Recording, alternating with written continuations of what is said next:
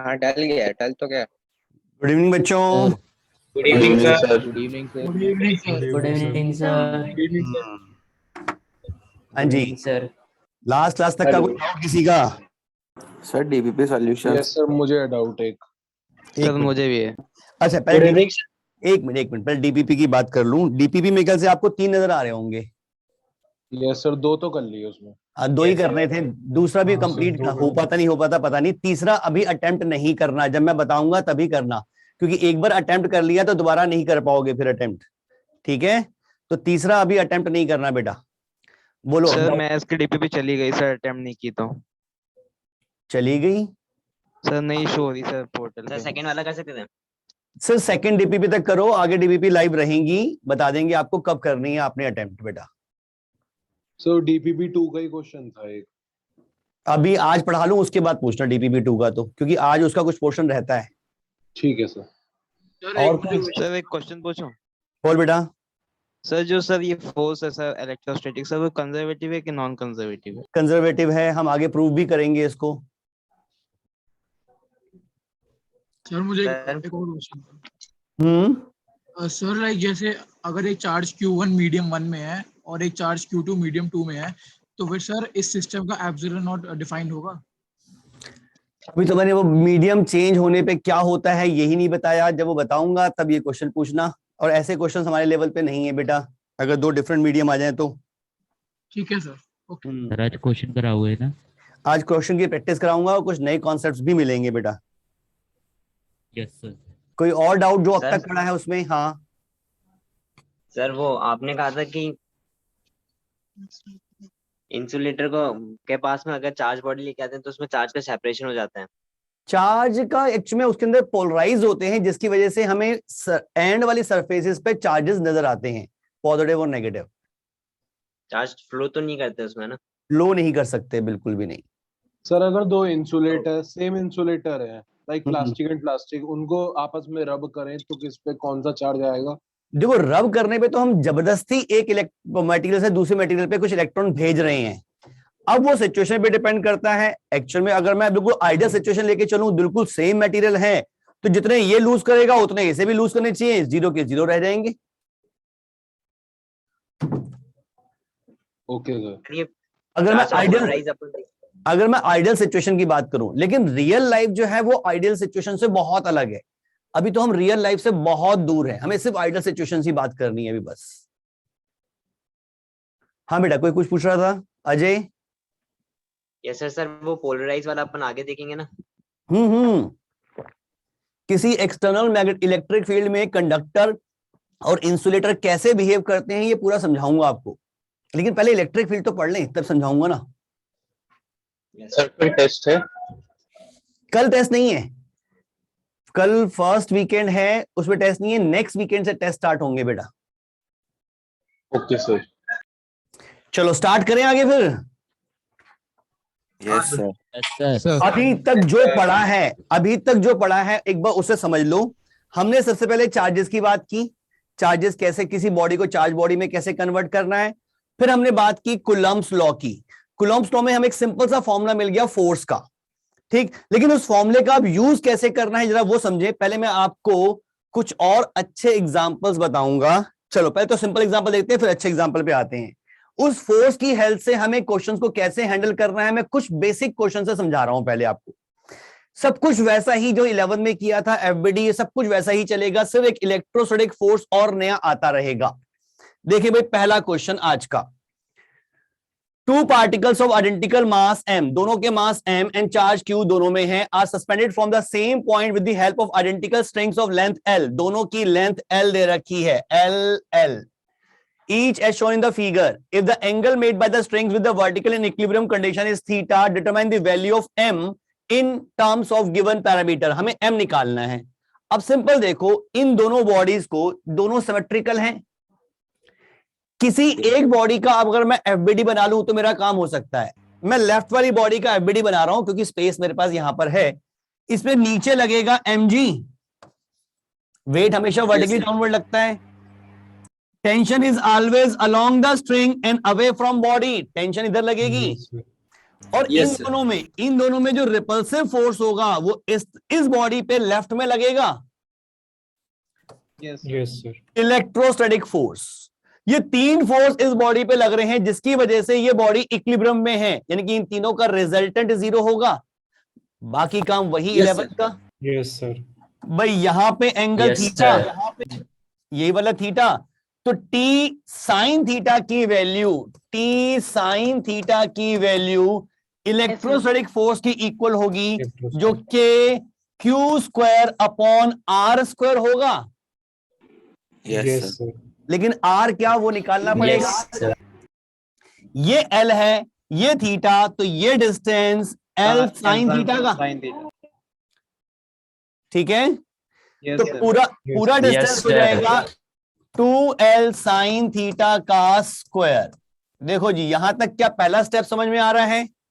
Yes sir. Yes sir. Yes sir. मैं forces को resolve करके नहीं दिखा रहा, डायरेक्टली इक्वेशन लिख रहा हूं। टी साइन थीटा इसको बैलेंस कर लेगा और टी कॉस थीटा mg को बैलेंस कर लेगा।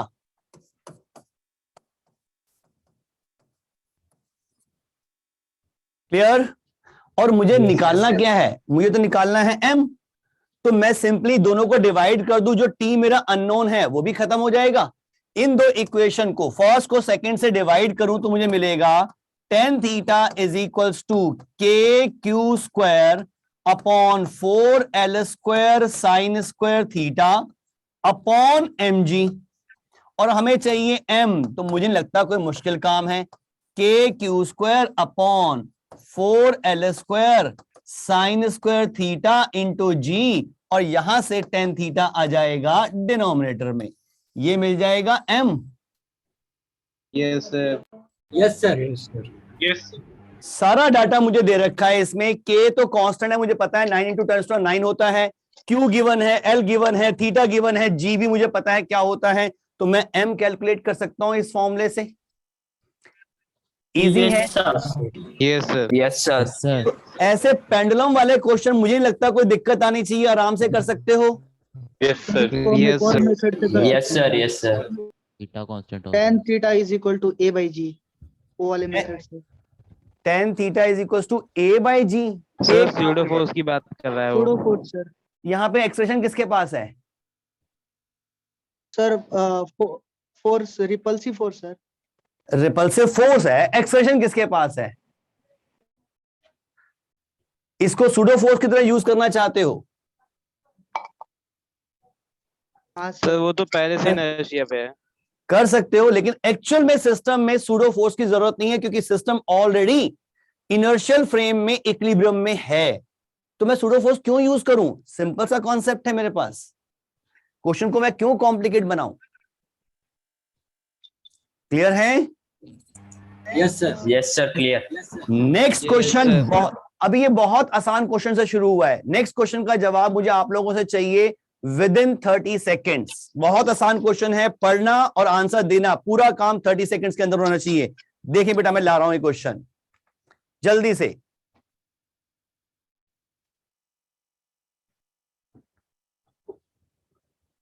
$180 डिग्री सर। बहुत बढ़िया, एक बच्चे का आंसर आया। पहला किसका आंसर था ये? ऋषभ। Rishabh, good good. क्या सबको समझ में आ रहा है ये 180 डिग्री क्यों? यस। Yes sir. क्योंकि सर, बता ग्रेविटी, दीजिए। ग्रेविटी नहीं है भाई। यहां पे क्या था? इलेक्ट्रोस्टैटिक फोर्स इनको पीछे जाने की कोशिश कर रहा था, लेकिन वेट की वजह से, ग्रेविटी की वजह से ये यहीं रुक गए थे। अगर मैं ये ग्रेविटी को खत्म कर दूं तो ये इलेक्ट्रोस्टैटिक फोर्स इनको मैक्सिमम दूर ले जाएगा जितनी दूर जा सकते हैं ये। तो इस केस में अगर यहां बांध रखी है स्ट्रिंग, तो एक स्ट्रिंग यहां आ जाएगी और एक स्ट्रिंग यहां, इस तरह से हो जाएंगे, और यस सर। 180 डिग्री। 180 डिग्री का आ जाएगा। Yes sir. आ गया। किसी को Yes. दिक्कत? No sir. सर। इसी क्वेश्चन का एक पार्ट और आ रहा है नेक्स्ट पेज पे। क्वेश्चन पढ़ लो नेक्स्ट वाला, और मुझे उसका आंसर निकाल के देना है आपने ही। In the above question the tension in the each string is, इसमें अब टेंशन निकालनी है कितनी है। इसमें टेंशन और इसमें टेंशन सिमेट्री के अकॉर्डिंग सेम होगी, तो ये टेंशन की वैल्यू कितनी होगी? चार्जेस दे रखे हैं Q, लेंथ दे रखी है कितनी भाई? L, और अगर सर बाय 4L स्क्वायर, अगर सर दो अपोजिट चार्ज हो फिर क्या होगा सर?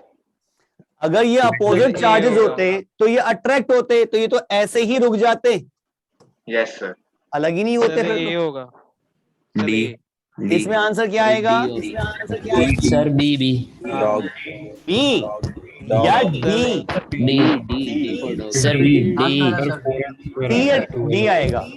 डी है। डी भाई किसी एक बॉडी का, जो दो बॉडीज थी यहां से यहां तक, ये लेंथ L, ये लेंथ L, चार्ज Q, किसी एक बॉडी का FBD बनाओ, तो इसमें इधर लगेगी टेंशन और इधर लगेगा इलेक्ट्रोस्टैटिक फोर्स, और इलेक्ट्रोस्टैटिक फोर्स होगा KQ² upon distance square. Distance है 2L का, तो 2L का स्क्वायर, तो आंसर ये मिलेगा टेंशन का। Yes sir. Yes sir sir electrostatic force opposite side क्यों लगेगा टेंशन के? तभी तो बेटा टेंशन क्रिएट कर रहा है वो। फोर्स तो इधर लग रहे हैं इन पे, इस पे इधर लग रहा है इलेक्ट्रिक फोर्स, इस पे इधर लगेगा और टेंशन इधर लगेगी। सर ऐसा क्यों? क्वेश्चन में तो कोई दिया ही नहीं वो सर। जरा पढ़ फिर से question. Two small balls having अच्छा इक्वल, पीछे वाले का है। सॉरी सर, बता नहीं। इसमें क्या लिखा हुआ है? इन द अबव क्वेश्चन मींस इस क्वेश्चन में, मैंने कल ही कहा था कि इस क्वेश्चन का एक पार्ट और है जो आपको मिल रहा है, तो यही क्वेश्चन यूज करेंगे ना बेटा। Okay sir. क्या ये क्लियर? Yes sir clear. चलो अब चलते हैं एक नए प्रिंसिपल के पास, जो समझ में आ गया तो और चीजें समझ में आ जाएंगी। ध्यान से समझना बेटा इसको। प्रिंसिपल ऑफ सुपरपोजिशन पहले भी बहुत बार पढ़ चुके हो, SHM में भी किया था, वेव्स में भी किया था, एक बार फिर से आ रहा है वही चीज। एक्चुअल मतलब तो वही वेक्टर सम है। इसका मतलब क्या है कि अगर मेरे पास बहुत सारे पॉइंट चार्जेस हैं, एक है Q1, एक Q2, एक Q3, एक Q4, एक Q5, सबकी पोजीशंस डिफाइंड हैं, सबके बीच में रिलेटिव डिस्टेंस कितने हैं, सब डिस्टेंसेस गैप सब दे रखे हैं, मींस कंप्लीट सिचुएशन एक्सप्लेन कर रखी है कैसी है। पूछा गया कि Q1 पर इन सब की वजह से नेट फोर्स कितना लगेगा, Q1 पर इन सब की वजह से नेट फोर्स कितना लगेगा। तो सुपरपोजिशन प्रिंसिपल कहता है कि Q1 पे पहले फोर्स निकालो इस Q2 की वजह से, मान लिया वो F2 है, 2 से 2 बना दिया, फिर Q3 की वजह से निकालो F3, फिर Q4 की वजह से F4, फिर Q5 की वजह से F5, और इन सब का कर दो वेक्टर सम, तो आपको Q1 पे नेट फोर्स मिल जाएगा। ये काम तो पहले भी कर चुके हैं कई बार ऐसा। Yes sir. Vector sum. हाँ बेटा बोलो, किसी को कुछ कहना है? सर ये ग्रेविटेशन जैसा है ना? बिल्कुल। लेकिन सुपरपोजिशन प्रिंसिपल का एक बहुत अच्छा सा एक रूल है, उसका ध्यान रखना है। वो रूल क्या कहता है जरा उसको समझो। मान लो मेरे पास सिर्फ दो चार्ज होते, Q1 और Q2, कुछ डिस्टेंस पे पड़े हैं। Q2 Q1 पे एक फोर्स लगाता है, मान लो दोनों पॉजिटिव हैं या दोनों नेगेटिव है, सेम साइन की मैंने मान लिया अभी for the time being. Q2 भी पॉजिटिव, Q1 भी पॉजिटिव, तो Q2 Q1 को रिपेल कर रहा होगा, यानी कि Q1 हाँ, तो Q1 पे जो फोर्स लग रहा है Q2 की वजह से वो लेफ्ट में लगेगा। मान लो वो फोर्स F1 है। F1 मैंने क्या माना? Force on Q1 due to Q2। मैंने एज्यूम किया है F1 is a force on Q1 due to Q2। अब अगर मैं इसी स्पेस में एक थर्ड चार्ज और ले आता हूं Q3, तो सुपरपोजिशन प्रिंसिपल कहता है कि इसके होने ना होने से कोई फर्क नहीं पड़ता इस फोर्स पर। किस फोर्स पर? जो Q2 Q1 पे लगा रहा है। मींस Q2 Q1 पे अब भी इतना ही फोर्स लगा रहा होगा। हाँ, Q1 पर नेट फोर्स पहले से चेंज हो जाएगा। क्यों चेंज हो जाएगा भाई? Q3 भी तो कुछ लगाएगा। Q3 अपना फोर्स इस पे कुछ लगाएगा, मान लेते हैं वो F2 है, तो Q1 पे जो नेट फोर्स होगा वो तो F1 और F2 का रिजल्टेंट होगा। लेकिन अगर मेरे से पूछा जाए कि Q1 पे Q2 कितना फोर्स लगा रहा है, वो तो उतना ही लगाएगा जितना पहले लगा रहा था। मींस एक चार्ज पार्टिकल पर कोई दूसरा चार्ज पार्टिकल जो फोर्स लगा रहा है, that is independent of presence और एब्सेंस ऑफ अदर चार्जेस। बाकी चार्जेस हैं नहीं है, कोई फर्क नहीं पड़ रहा, ये इस पर एक पर्टिकुलर फोर्स ही लगाएगा और जो मैं कूलम्ब्स लॉ से निकाल सकता हूं। क्या ये बात समझ में आ रही है? Yes sir. Sir Q3 Q2 पे फोर्स लगाएगा, अगर दोनों सेम चार्ज है तो Q3 भी तो Q2 पे फोर्स लगाएगा, तो सर Q2 का थोड़ा बहुत मूवमेंट नहीं होगी सर? हाँ सर। मूवमेंट तो मैंने रिस्ट्रिक्ट कर रखी है, मैंने इनको पकड़ रखा है। मैं सिर्फ इन्हीं फोर्सेस की बात कर रहा हूं जो इस पे लग सकते हैं, और बाकी इनको मैं हिलने नहीं दे रहा। या हिलेंगे भी तो मैं मान रहा हूं इस इंस्टेंट पे कितना फोर्स लग रहा है, हिलने के बाद चेंज होता रहेगा। Okay sir. सर इस रूल की कोई सर मेरा क्वेश्चन था सर, एक एक करके सर। हाँ सर, मतलब जैसे Q2 Q1 पे फोर्स लगा रहा है सर, Q3 Q1 पे फोर्स लगा रहा है सर, तो सर जो फिर Q2 भी तो कुछ फोर्स Q3 पे लगाएगा सर? लगाएगा। मैं तो फोर्स एनालाइज कर रहा हूं Q1 पे कितने लग रहे हैं, मुझे बाकी तो फोर्स बटेगा नहीं सर? बटेगा क्यों? डिवाइड नहीं होगा? क्यों डिवाइड होगा भाई? सर भाई मतलब ये अगर चार्ज की वजह से, अरे चार्ज की वजह से हो रहा है कुछ, तो डिवाइड होगा ना सर? नहीं, ऐसा कोई डिवाइड नहीं होगा बेटा। सर रिपल्शन वो हर डायरेक्शन में सेम ही मैग्नीट्यूड की शो करेगा। इसकी वजह से इस पे जो फोर्स लगेगा वो इधर लग रहा होगा, वो लग रहा होगा, लेकिन Q1 पे ये उतना ही फोर्स लगाता रहेगा जितना पहले लगा रहा था जब ये नहीं था और जब ये आ गया। दोनों बार सेम फोर्स लगेगा Q2 की वजह से Q1 पर, वो चेंज नहीं होगा। सर हम लोग okay sir, okay sir Q1 को सिस्टम माने अभी हम लोग अभी नहीं, हम एक्चुअल हाँ कह सकते हो सिस्टम माने हैं, क्योंकि हम जिस बॉडी पे फोर्सेस को एनालाइज करते हैं उसको सिस्टम मान लेते हैं। तो Q1 पे अगर मुझे निकालना है कि भाई Q2 कितना फोर्स लगा रहा है, वो मैंने निकाल लिया, फिर Q3 भी आ गया। Q3 अपना फोर्स लगा रहा होगा, लेकिन मेरे से पूछा जाए कि Q2 Q1 पे कितना फोर्स लगा रहा है, वो अब भी F1 ही लगा रहा होगा, वो चेंज नहीं होगा। हाँ, Q3 अपना फोर्स भी लगा देगा, इस पे जो नेट फोर्स लगेगा अब वो चेंज हो गया, वो इन दोनों का रिजल्टेंट आएगा। क्या ये बात सबको क्लियर? Yes sir. सर इस टूल की कोई रीजनिंग भी है बेटा? नहीं, कोई नहीं। ऑब्जर्वेशन, कूलम्ब्स लॉ भी पूरा ऑब्जर्वेशन बेस्ड है बेटा। Okay sir. कोई इसका वैसे प्रूफ नहीं है लॉजिकल की ऐसे ही होना चाहिए था, ये सिर्फ एक्सपेरिमेंटल बेस्ड प्रूफ है, ऑब्जर्वेशन बेस्ड। सर एक बार इसकी स्टेटमेंट बता दीजिए। सुपरपोजिशन प्रिंसिपल में जो बेसिक रूल है वो ये कहता है, the force on Q1 due to Q2 is independent of presence or absence of other charges.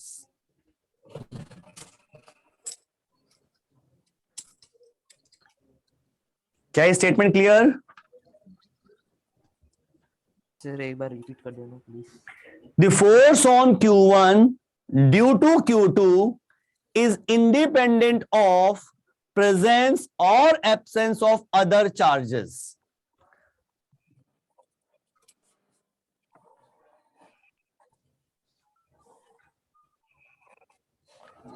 हाँ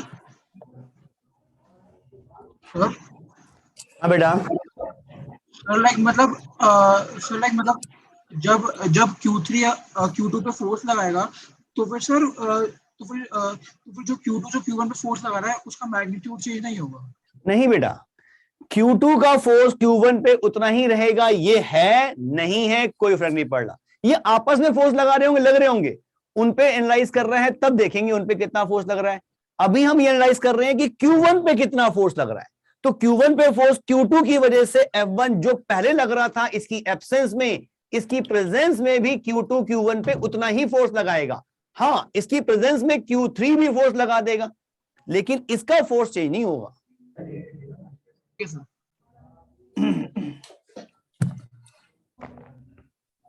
ये कॉन्सेप्ट काम आएगा आगे, एक अच्छे कॉन्सेप्ट को समझाने के लिए। चलिए आगे। हाँ जी सर, लास्ट लाइन क्या थी? इन द एब्सेंस और प्रेजेंस ऑफ Q3। हाँ, in the force on Q1 due to Q2 is independent of presence और एब्सेंस ऑफ अदर चार्जेस। इसके अलावा कोई और चार्ज भी होता, मान लो Q4 भी होता, तो भी कोई फर्क नहीं पड़ रहा इसको, ये फोर्स तो वही रहेगा। Okay sir. ओके सर, ठीक है। अभी इस क्वेश्चन को करने से पहले मैं एक शीट इंसर्ट कर दूं, कुछ एक सिंपल क्वेश्चन कराऊंगा पहले आपको।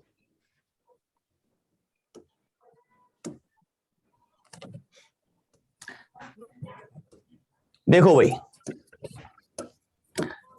अब यहां पे जब हम फोर्सेस की बात करते हैं, थोड़ा सा ध्यान रखना है एक चीज का। मान लो मैंने एक राइट एंगल ट्राइंगल ले लिया, एक राइट एंगल ट्राइंगल, और मैंने यहां पर डिस्टेंस ले लिया, सपोज ये 3 मीटर का, ये 4 मीटर, तो ये 5 मीटर हो जाएगा।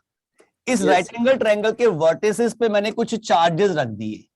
यहां रख दिया मैंने 1 कूलम, यहां रख दिया 2 कूलम, और यहां रख दिया -3 कूलम। या थोड़ा सा चेंज करता हूं,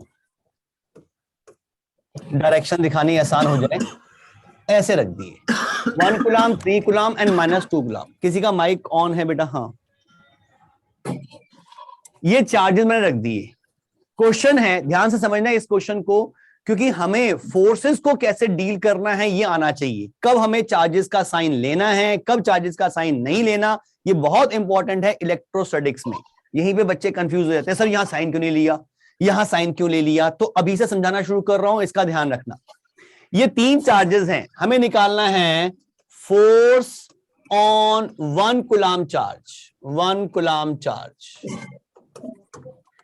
फोर्स ऑन 1 कूलम चार्ज। तो देखो किस तरह करेंगे हम इसमें, हम सुपरपोजिशन प्रिंसिपल लगाएंगे, लेकिन उसके लिए हम कुछ फोर्सेस डिफाइन करेंगे। पहले मैंने डिफाइन किया दैट लेट F1, अगर ये क्वेश्चन आपके बोर्ड एग्जाम में आता है, और आ सकता है इस टाइप का क्वेश्चन, अगर ये बोर्ड एग्जाम में आता है तो लिखना कैसे है। प्रिंस बेटा अपना माइक ऑफ कर ले।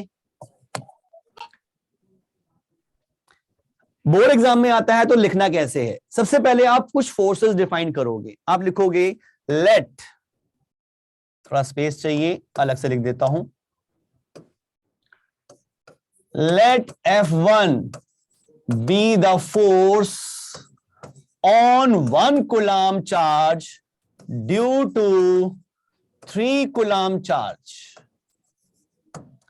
आपने माना F1 vector be the force on 1 coulomb charge due to 3 coulomb charge. तो 1 कूलम पर 3 कूलम की वजह से जो फोर्स लगेगा वो नीचे की तरफ लगेगा। ये स्टेटमेंट लिखो और फोर्स की डायरेक्शन डायग्राम में दिखा दो। F1 वेक्टर इस तरफ लगेगा, मैग्नीट्यूड F1 का, डायरेक्शन नीचे की तरफ।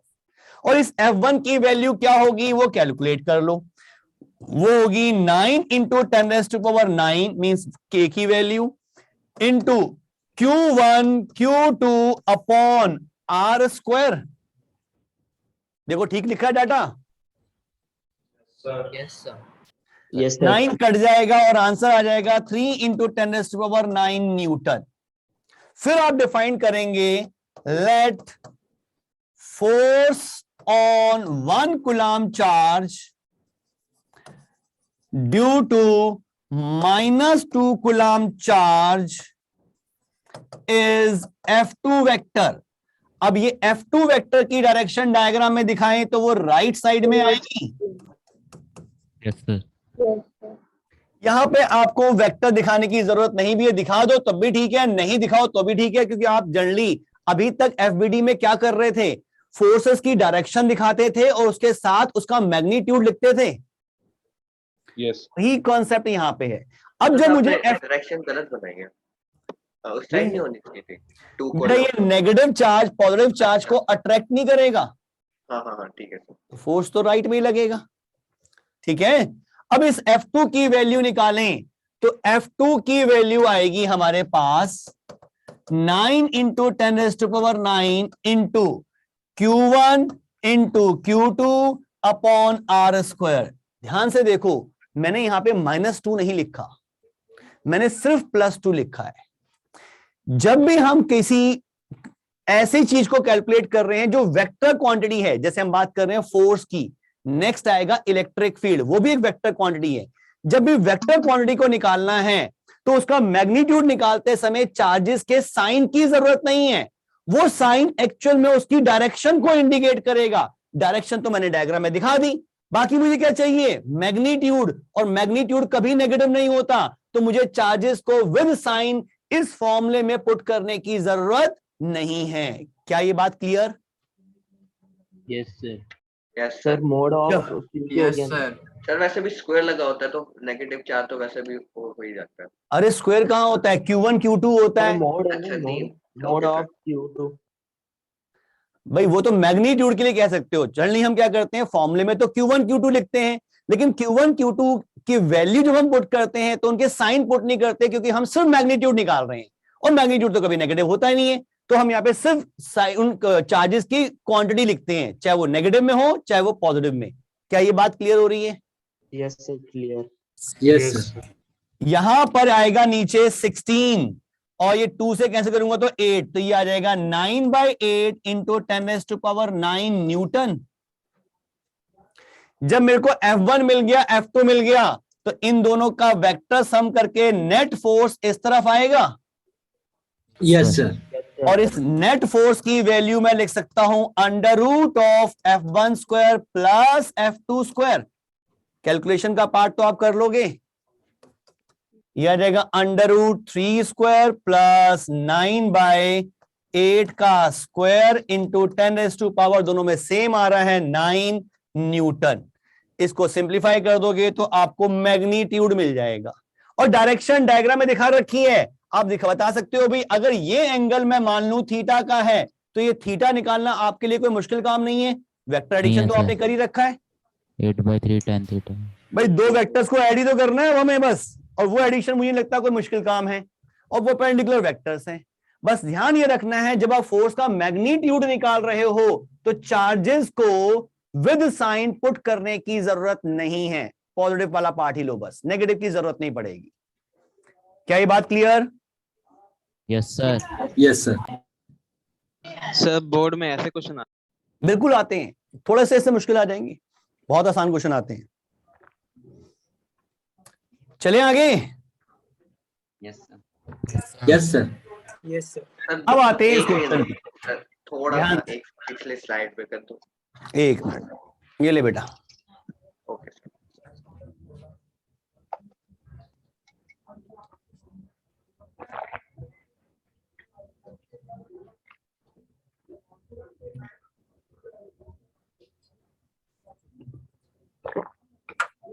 हो गया सर। निकिता का मैसेज आया था, बिल्कुल ठीक है बेटा, मैसेज पढ़ नहीं पाया मैं।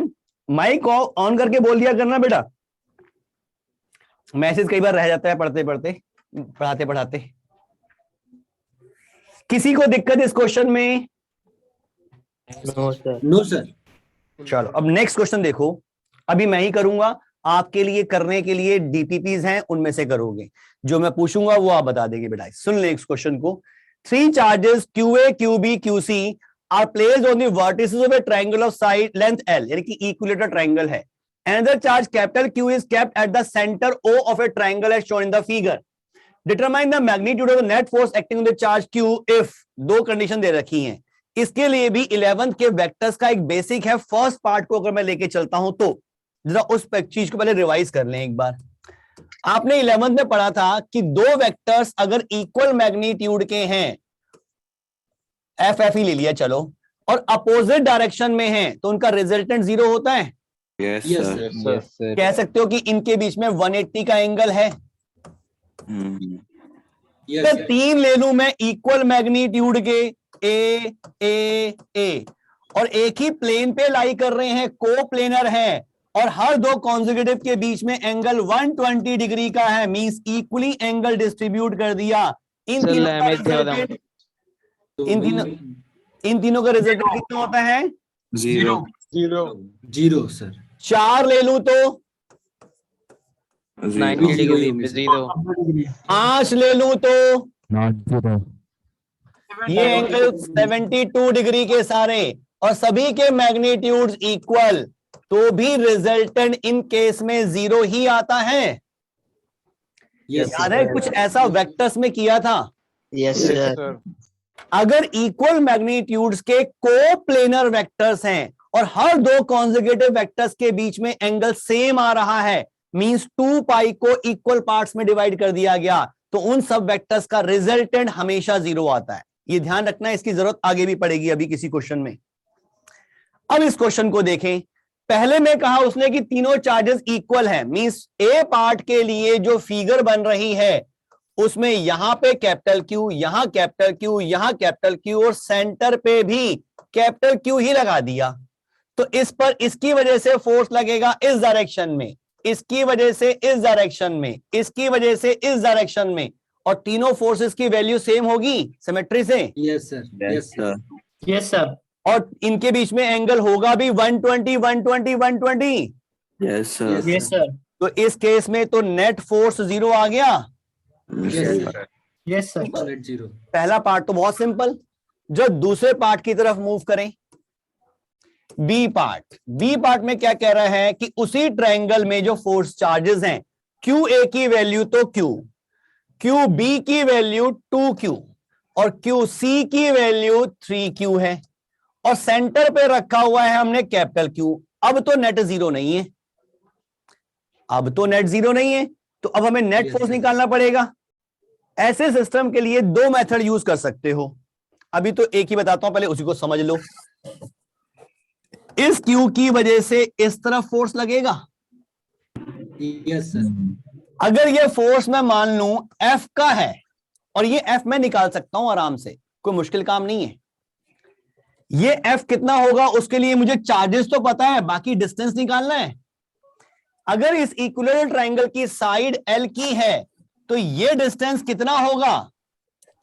L/2√3।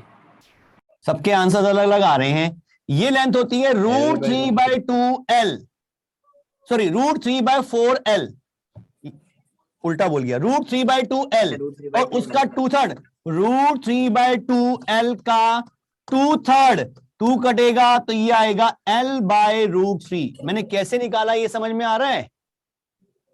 यस सर, समझ लें। सर ये 2:1 के हिसाब से नहीं, 2:1 के हिसाब से, बिल्कुल। एक इक्विलेटरल ट्रायंगल का जो एल्टीट्यूड कह लो, मीडियन कह लो, परपेंडिकुलर बाइसेक्टर कह लो, सब यही होंगे। Yes sir.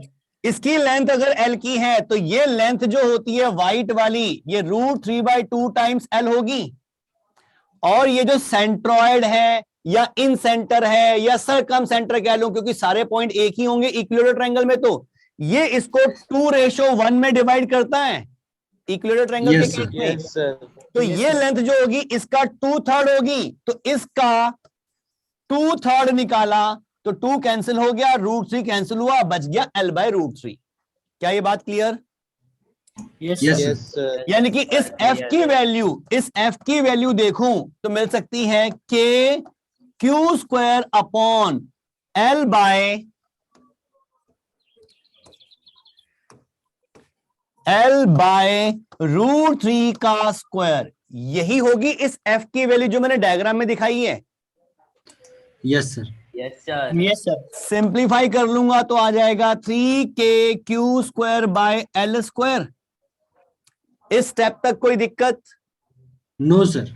अब सोचो जरा, F तो निकाल लिया, ये 2Q जो इस पे फोर्स लगाएगा वो इस डायरेक्शन में लगाएगा। Yes sir.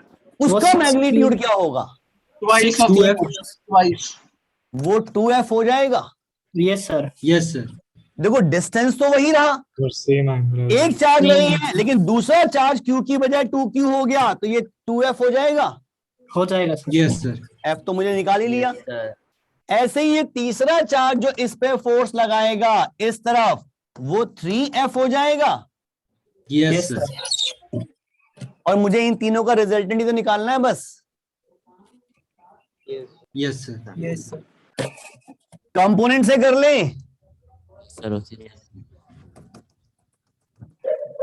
ये एंगल आएगा 30 डिग्री, ये एंगल 30 डिग्री, तो इन दोनों के कॉस कंपोनेंट एक दूसरे के अपोजिट होंगे।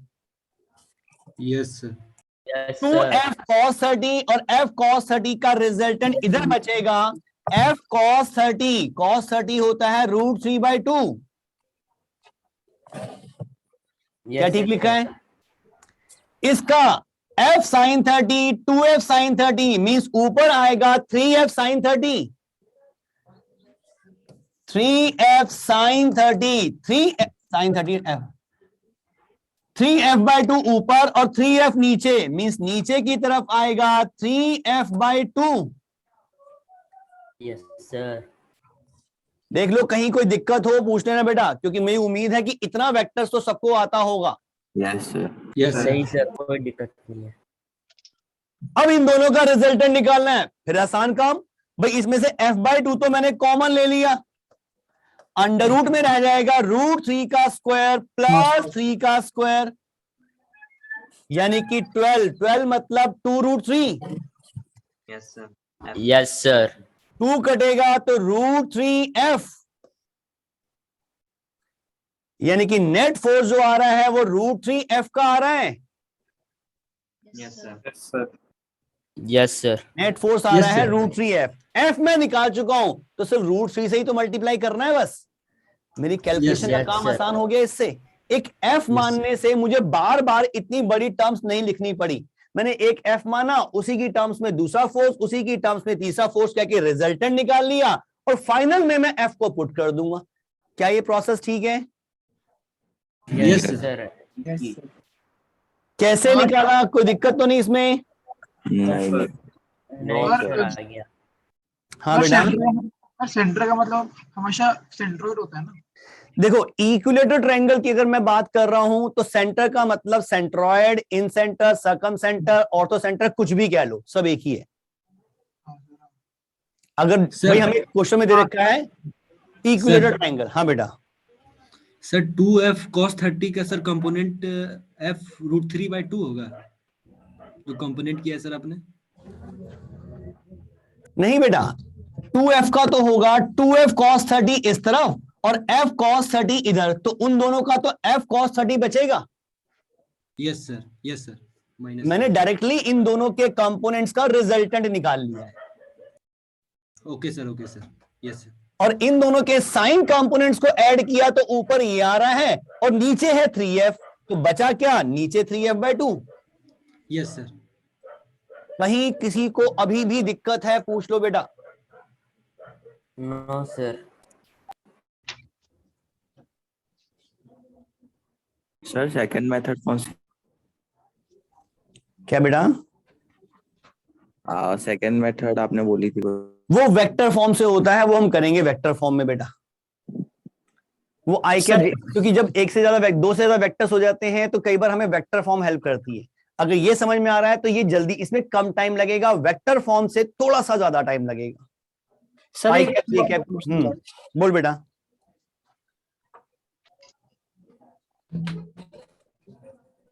आवाज नहीं आ रही।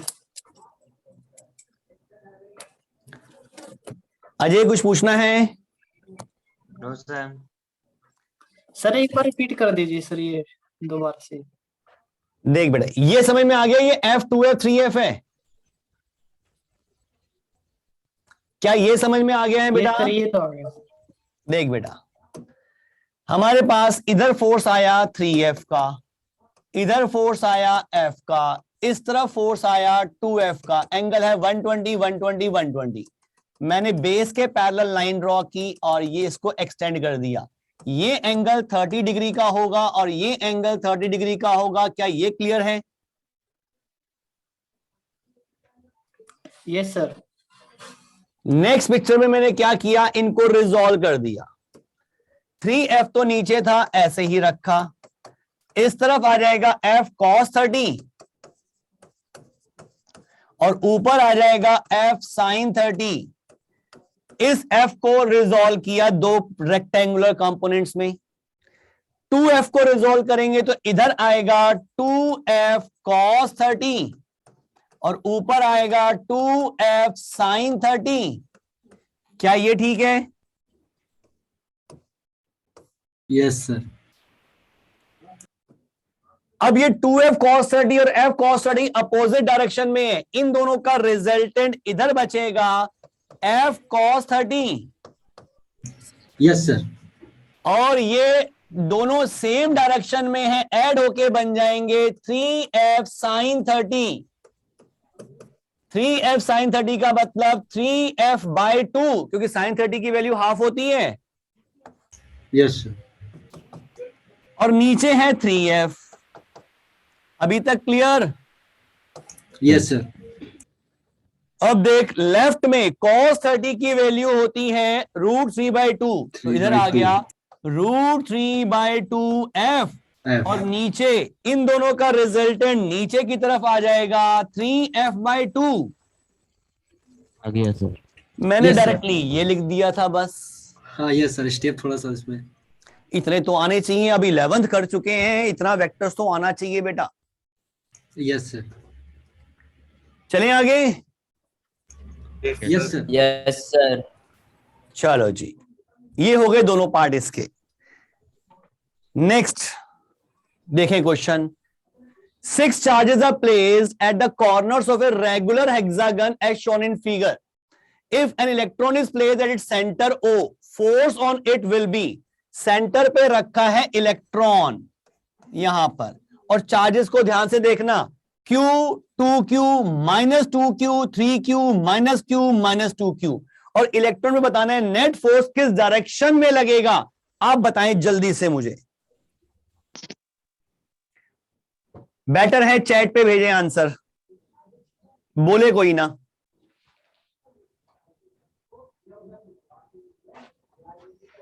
अपने आंसर चैट पे भेजना बेटा।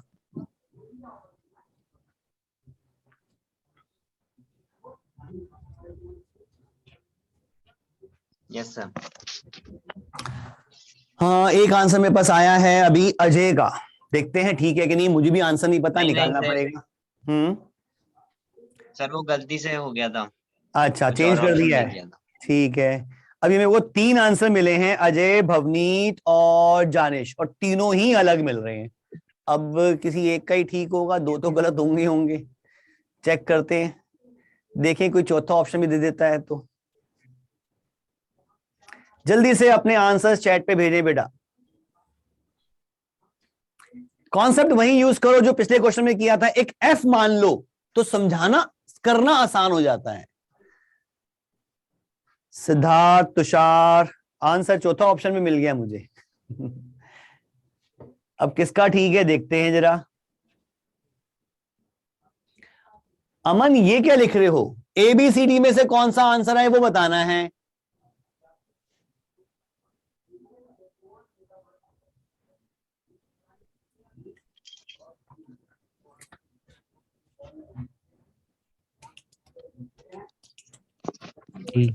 हो गया टाइम। अब देखो जरा कैसे करना है।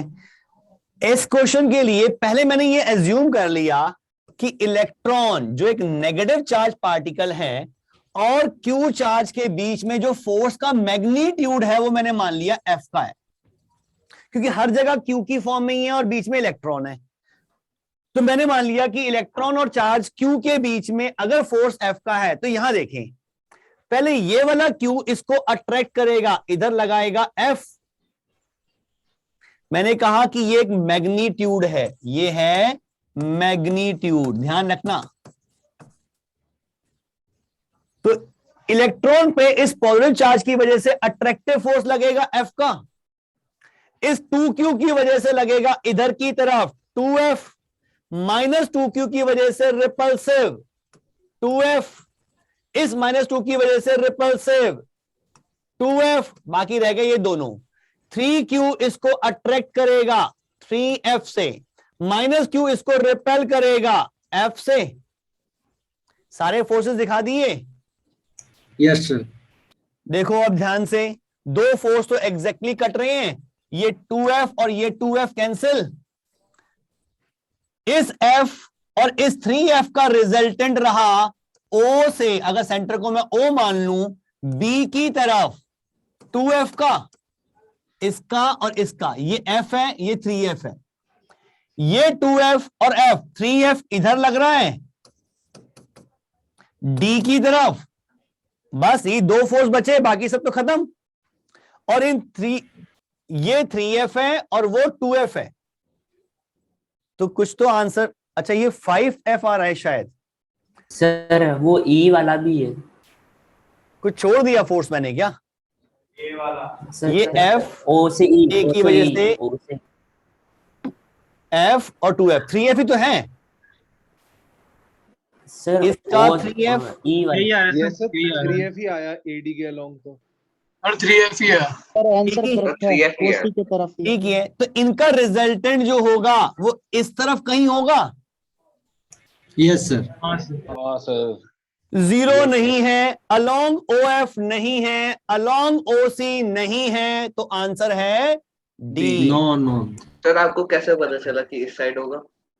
सर देख ओसी बेटा, के फिर समझ। इक्वल एंगल से ना। हाँ, अगर ये 2F और 2F होते तो रिजल्टेंट एग्जैक्टली इनके एंगल बीच में बाइसेक्टर बनता। के अलोंग होता।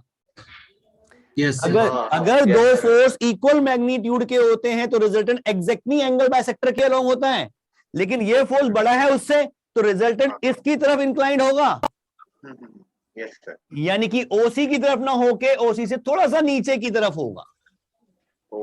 ओके ऑप्शन आ गया है डी। क्या ये बात क्लियर सबको? Yes sir. सर फोर्स अगर 4F रहता तो? कौन सा फोर्स 4F रहता? ओडी अगर 4F रहता और ये 2F ही रहता यस सर। तो भी इधर ही होता, थोड़ा सा और इधर इंक्लाइंड हो जाता। Okay sir. ये तो आपने वेक्टर्स में सीखा था बेटा, कि देखो जरा, हाँ सर। अगर मैं कहता हूं कि मेरे पास ये दो फोर्स है, परपेंडिकुलर ले लेता हूं, अभी इनका रिजल्टेंट, एक काम करता हूं, स्टार्ट करता हूं इक्वल फोर्सेस से। ये काम वेक्टर्स मैंने कहा था रिवाइज करने के लिए। दो फोर्स अगर इक्वल मैग्नीट्यूड के हैं और मैंने 90 डिग्री मान लिया तो रिजल्टेंट एग्जैक्टली 45 डिग्री पे होता है। Yes sir.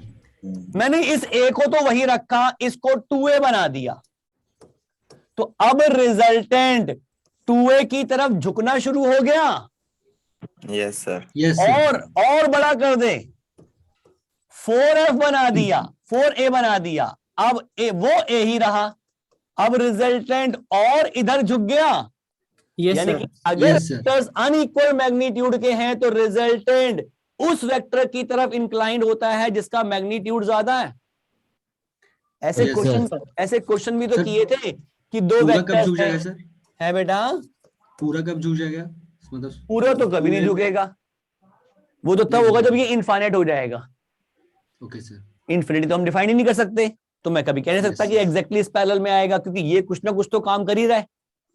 ऐसा क्वेश्चन आया था कि ए वेक्टर और बी वेक्टर दो वेक्टर हैं एक मिनट, और इनका रिजल्टेंट वेक्टर जो है वो यहां अल्फा और यहां बीटा बना रहा है। क्वेश्चन था if vector A magnitude is less than vector B magnitude, then option A alpha is equals to beta, alpha is less than beta, alpha is greater than beta. क्या ऐसा question 11th में नहीं किया था? Yes तो ये किया था। क्या आंसर होगा इसमें? अल्फा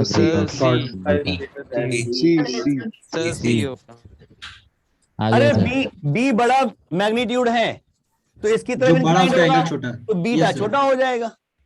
तो वही कॉन्सेप्ट तो मैंने यूज किया, इसमें दिक्कत क्या थी? वही चीज तो लगाई, ये बड़ा फोर्स है, ये छोटा है। हाँ जी बोलो सर। डायरेक्शन में प्रॉब्लम आ रही है सर। किसकी डायरेक्शन में? सर फोर्स रिपल्सिव और सर उसके लिए। चलो एक बार फिर देख लेते हैं इसको हम। सर नहीं सर, ये क्वेश्चन समझ में तो आ गया सर, पर सर कि क्यू सर उस साइड लगेगा या इस साइड लगेगा सर, वाली डायरेक्शन। उसके लिए तो सिंपल ये लॉजिक ध्यान रखना है। नहीं, आपको एक चीज ये ध्यान रखनी है कि फोर्स अट्रैक्टिव या रिपल्सिव, ये चेक कर सकते हो। Yes sir.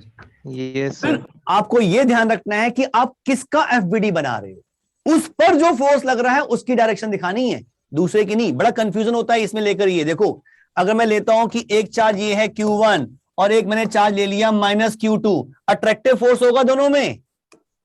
Yes sir. Attractive है तो इस पे लगेगा राइट में और इस पे लगेगा लेफ्ट में। Yes sir. अब कौन सी डायरेक्शन शो करनी है वो डिपेंड कर रहा है कि आप किस चार्ज को एनालाइज करने की बात कर रहे हो। आप Q1 पे कह रहे हो तो राइट में लग रहा है, -Q2 पे कह रहे हो तो लेफ्ट में लग रहा है। ये चीज का ध्यान रखना, अगर ये समझ में आ गया तो क्वेश्चन कुछ नहीं है। आ गया sir. Yes sir. Yes sir, easy है सर। सर हाँ जी सर ये जो ओ से ई है एफ, उसका क्या होगा? ओसी का तो बचा ही नहीं है, 2f तो कैंसिल हो गए थे बेटा। ओ ई, ये f और ये 3f मिलकर तो 2f बने हैं बेटा ऊपर की तरफ। भाई ये 3f था, ये f था अपोजिट डायरेक्शन में, तो इनका रिजल्टेंट ऊपर की तरफ 2f आ गया। Yes sir. आ गया sir understood. Clear? Yes sir. Yes sir. अब इसे करने से पहले एक क्वेश्चन और मेरे दिमाग में आ रहा है, उसे भी कर लें जरा, क्योंकि वो एग्जाम जेई में आया हुआ क्वेश्चन है, तो उस टाइप का फिर से रिपीट हो सकता है, तो ध्यान रखना है थोड़ा सा। हाँ जी देखें जरा,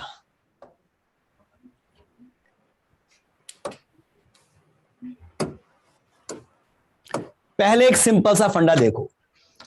मुझे दे रखा है एक रेगुलर हेक्सागन। रेगुलर हेक्सागन क्या होता है? जिसके एंगल 60 डिग्री 120 डिग्री होता है। मतलब चारों साइड, छह साइड जो है उसकी बराबर है। रेगुलर हेक्सागन छह साइड बराबर है, साइड जो है वो एक ही है। मैंने क्या किया, इस रेगुलर हेक्सागन के 1 2 3 4 5 ए बी सी डी ई और ये है एफ, 6 वर्टिसेस हैं A B C D E F. इन 5 वर्टिसेस पे मैंने क्यू चार्ज रख दिया, छठे पे नहीं रखा, और इसके सेंटर पर, एग्जैक्टली इसके सेंटर पे रख दिया कैपिटल क्यू का चार्ज। क्वेश्चन है कैपिटल क्यू पे नेट फोर्स कितना लगेगा? क्यू की वजह से जो लगेगा 60 डिग्री। होगा सर। वैल्यू क्या होगी? सर एफ की क्यू बाय 2 डी और क्यू कैप अपॉन ओसी स्क्वायर। अब सर जो डायरेक्शन है वो डिपेंड करेगा उसका चार्ज है क्यू का, कैपिटल क्यू। सब चार्ज पॉजिटिव है, सारे चार्ज पॉजिटिव है।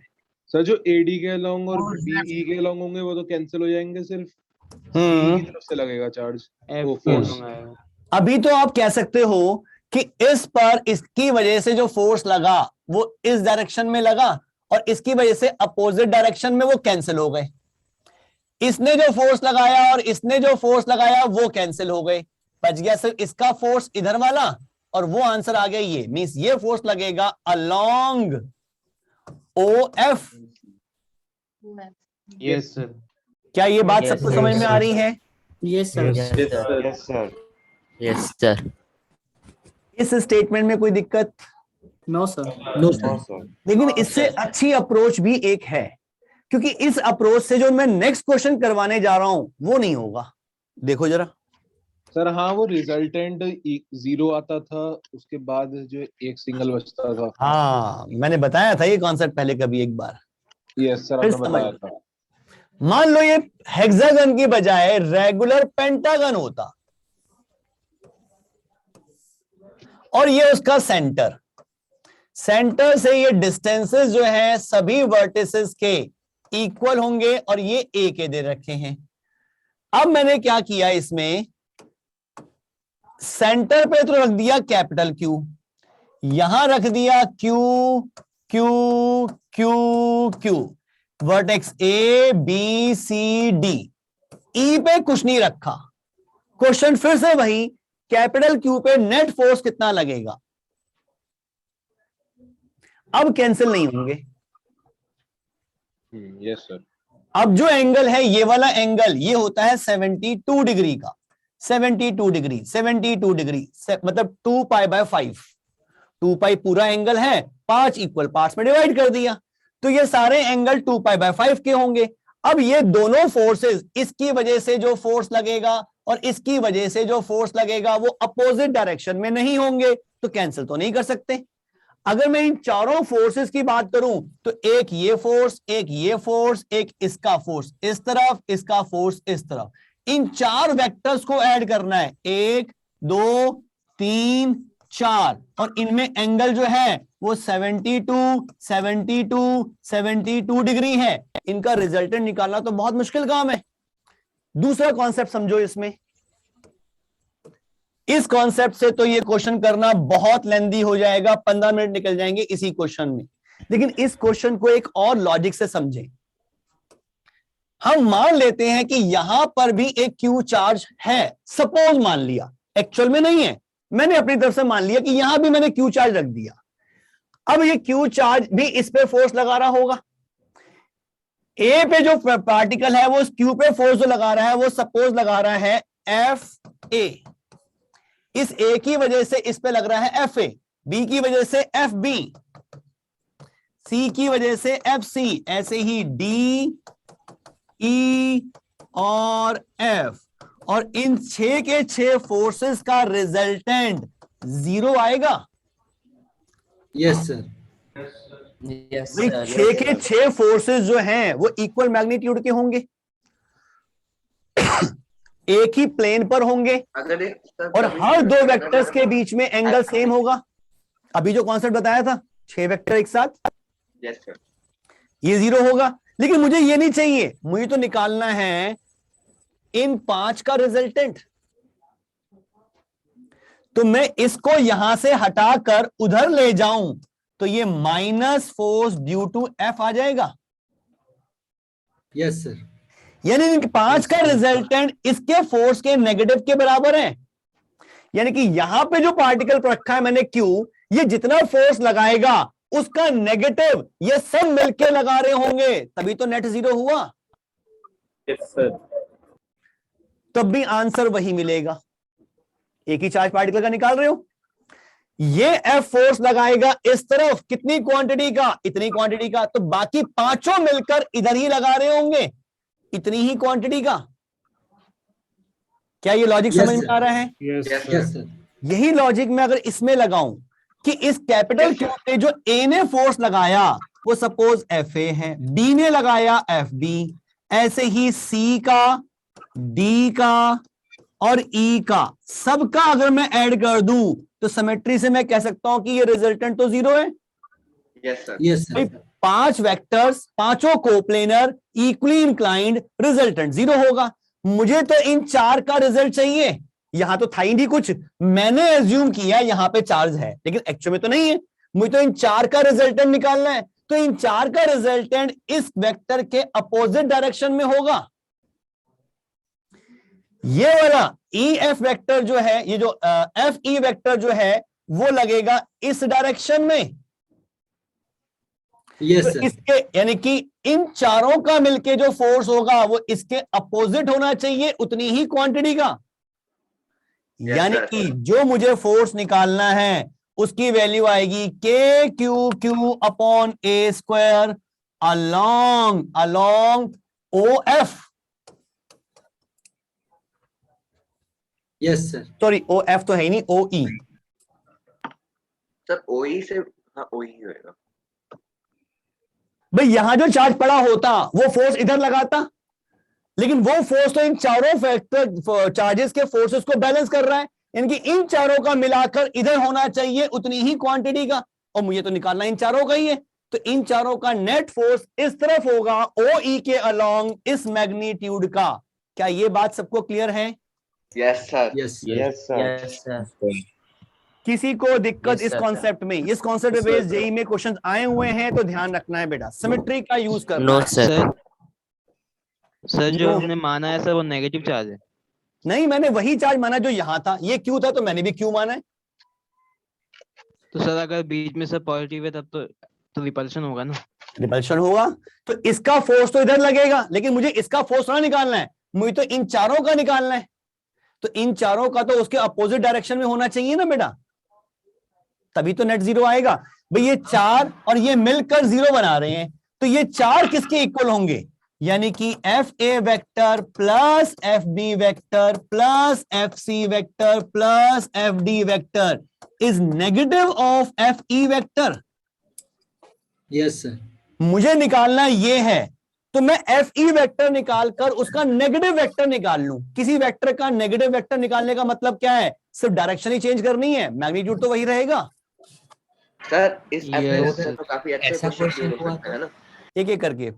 पीयूष, हाँ सर इस अप्रोच से तो सर हम काफी अच्छे क्वेश्चन कर सकते हैं। बिल्कुल कर सकते हैं, लेकिन सिमेट्री होनी चाहिए इस टाइप की, तभी हो सकते हैं। पर सर अगर 2Q या 3Q कर दिया तो? हाँ, अगर फॉर्म वैल्यूज चेंज कर दी इसकी तो फिर वही कॉन्सेप्ट लगाना पड़ेगा, फिर हमारे पास कोई और तरीका नहीं है,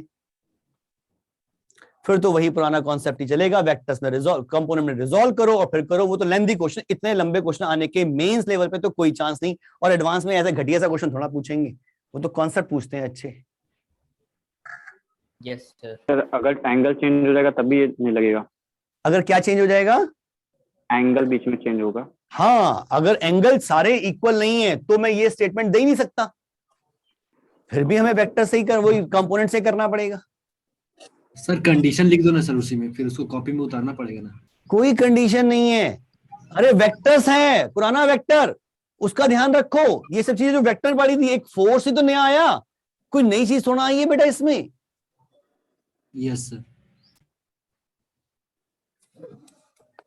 ये कॉन्सेप्ट किसी भी सिमेट्रिक शेप में लग सकता है ना? बिल्कुल, किसी भी सिमेट्रिकल शेप में लग सकता है, अगर वो सब कोप्लेनर फोर्सेस है तो। आगे चलें। Yes sir. Yes sir. अब आता है एक नया टॉपिक, सब टॉपिक, इफेक्ट ऑफ मीडियम। पहले तो क्या है ये समझ लो, और फिर क्यों है इसका रीजन दूंगा, लेकिन पहले तो लिख लो भाई क्या चीज है ये। हमने बात की थी कि अगर दो चार्ज पार्टिकल्स Q1 और Q2 r डिस्टेंस पे पड़े हैं तो उनमें एक फोर्स ऑफ अट्रैक्शन या फोर्स ऑफ रिपल्शन लगता है अकॉर्डिंग टू कुलम्स लॉ, जिसकी वैल्यू होती है K into Q1 Q2 upon R square.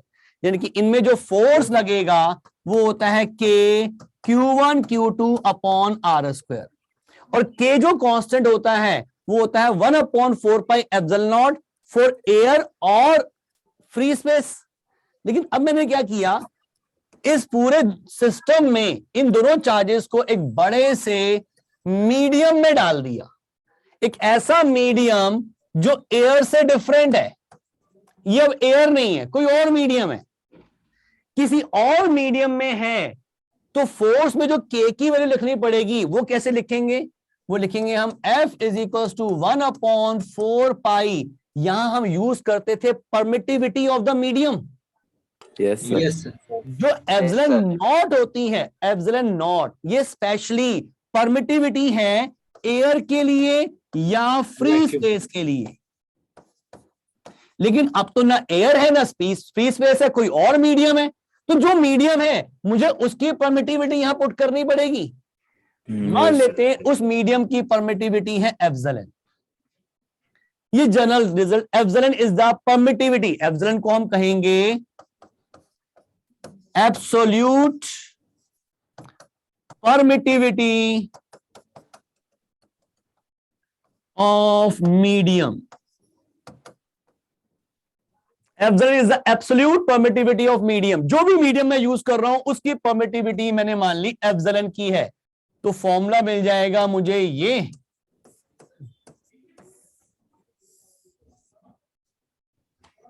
क्या ये क्लियर? Yes sir. मैं इस F को लिख रहा हूं FM, M मैंने सिंबल सबस्क्रिप्ट यूज कर लिया फॉर मीडियम। यानी कि अगर दो चार्ज पार्टिकल किसी मीडियम में है जिसकी एब्सोल्यूट परमिटिविटी एप्सिलॉन की है, उसमें उन दो चार्ज पार्टिकल्स के बीच में जो फोर्स लग रहा होगा, नेट फोर्स जो लग रहा होगा किसी चार्ज पार्टिकल पर, वो इतना होगा। वो कैसे डिफाइन करेंगे? उसकी परमिटिविटी के अकॉर्डिंग, उसकी परमिटिविटी के अकॉर्डिंग। लेकिन अगर ये चार्ज पार्टिकल्स मीडियम की बजाय एयर में या वैक्यूम में होते, फोर्स इन एयर और फोर्स इन वैक्यूम, उसके लिए मैं सिंबल यूज कर रहा हूं FA, A यूज कर रहा हूं एयर के लिए, तो फॉर्मूला होता 1/4 pi epsilon not Q1 Q2 upon R square. Yes sir. Yes sir. अगर मैं एयर में यूज करता, ठीक है, तो यहां पर जब मैं इन दोनों को डिवाइड करूंगा, मैं FA को FM से डिवाइड करूं तो क्या मिलेगा? देखो Q1 Q2 upon R square तो पूरा कट जाएगा, 4 पाई भी पूरा कट जाएगा sir, epsilon not upon epsilon बचेगा। अगर मैं नहीं, अगर मैं उल्टा करूं F A by F M करूं तो E by E by epsilon not E मिलेगा। बाय ई नॉट तो मैंने यहां लिख रहा हूं बेटा इसको कि अगर मैं F A by F M करूं तो बचेगा एप्सिलॉन अपॉन एप्सिलॉन नॉट। क्या यही Yes, sir. बचेगा? Yes sir. Yes sir.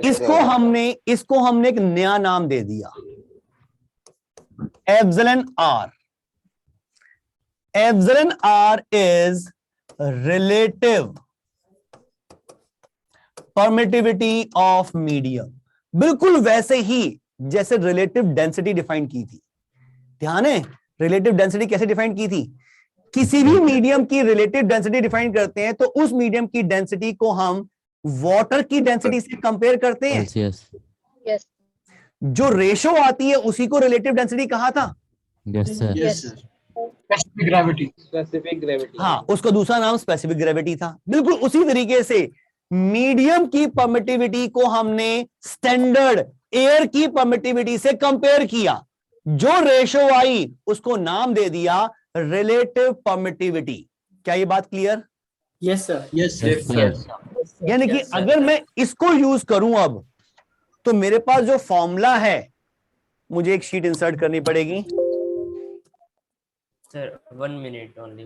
हाँ, दे रहा हूं बेटा, मैं नोट करने के टाइम दे दूंगा आपको, पहले समझ लो, ठीक है? अभी टाइम दे दूंगा नोट करने के लिए। अगर मैं इसमें देखूं तो एप्सिलॉन अपॉन एप्सिलॉन नॉट की वैल्यू एप्सिलॉन आर आ गई है, जो मैंने नया टर्म मान ली है। तो इसमें एप्सिलॉन की वैल्यू मैं epsilon naught into epsilon r लिख सकता हूं। Yes sir. Yes sir. ये वैल्यू मैं यहां पुट करूं तो मुझे फोर्स इन मीडियम का फॉर्मूला मिल जाएगा 1/4 pi epsilon naught into epsilon r Q1 Q2 upon are square. ये मिल जाएगा। Yes sir. ये फॉर्मूला हम यूज करते हैं force in medium. Force in medium, force on a charge particle due to another charge particle due to medium. है बेटा। Sir ये निकालने से फायदा क्या हुआ? सर हम फायदा ये सिंपल हुआ लिख देते हैं। क्योंकि एक्चुअल में हमें क्वेश्चन में कभी भी किसी भी मीडियम की एब्सोल्यूट परमिटिविटी नहीं देंगे, वो हमेशा हमें देंगे रिलेटिव परमिटिविटी एप्सिलॉन आर। और एप्सिलॉन आर की वैल्यू जो है वो जनरल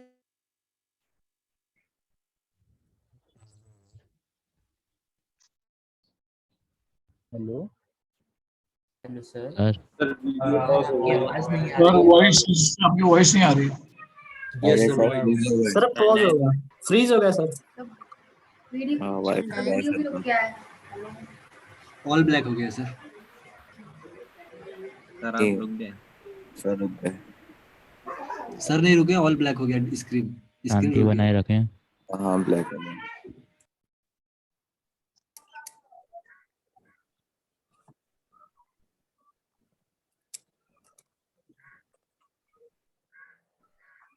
क्या मीटिंग रीजॉइन करें? अरे कहीं सर पढ़ाते रह जाए। चले गए सर। सर ने लीव कर दिया।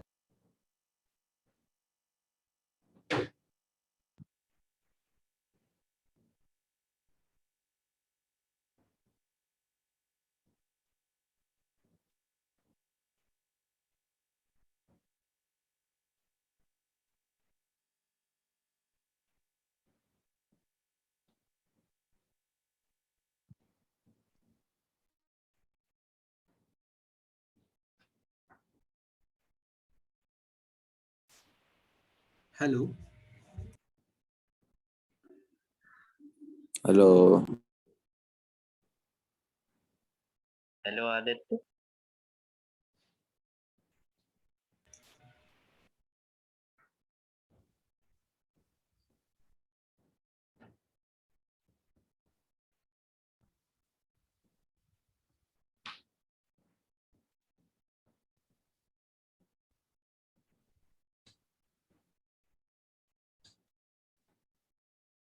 सर आएंगे कि नहीं? आ गए सर।